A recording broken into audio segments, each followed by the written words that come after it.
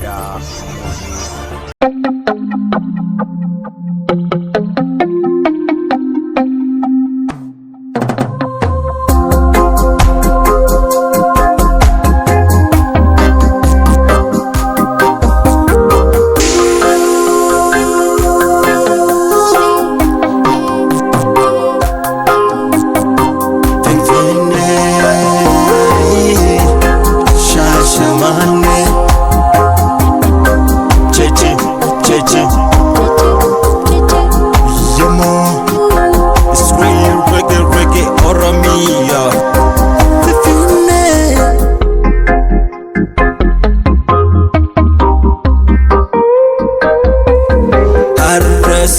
Dagagu adan oromota adanya kaste ini kan fata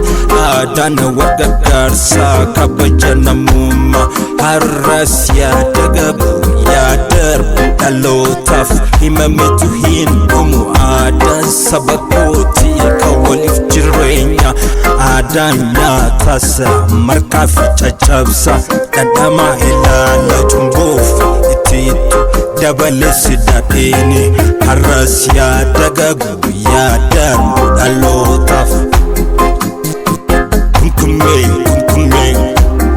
kumkume ragu jeje shabisi kumkume shakuye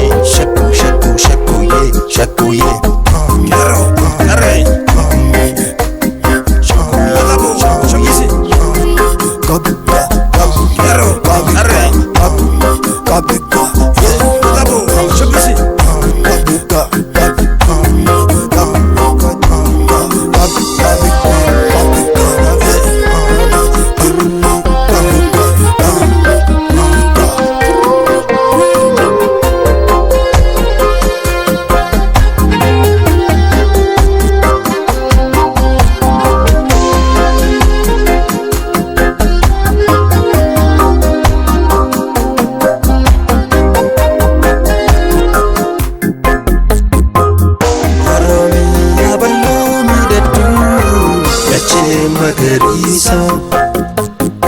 Siranya dedugen kopate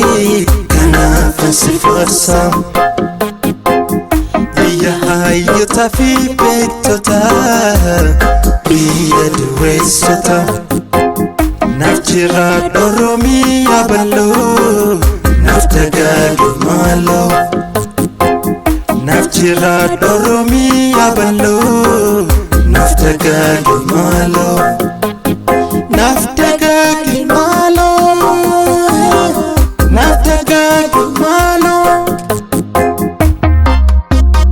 Harasya dagagu adan oromota sheko tabajole hibbofi mamaksi afola oromoti kan kufe olkabuni kan jiru guddisu senan oromota himbadine amasi harasya dagagu atete figadan niyana irresa margamata kara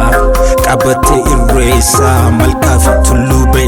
kadata wakasa abdi hawi qabnaga walibsa kunoni kabaja harasya dagagu ya darbu alota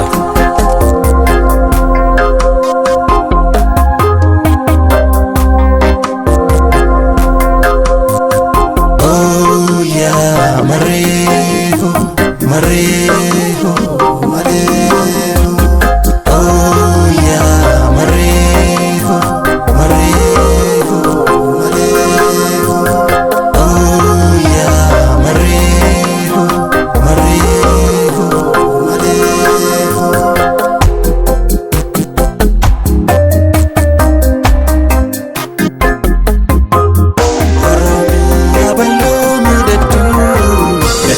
magarisa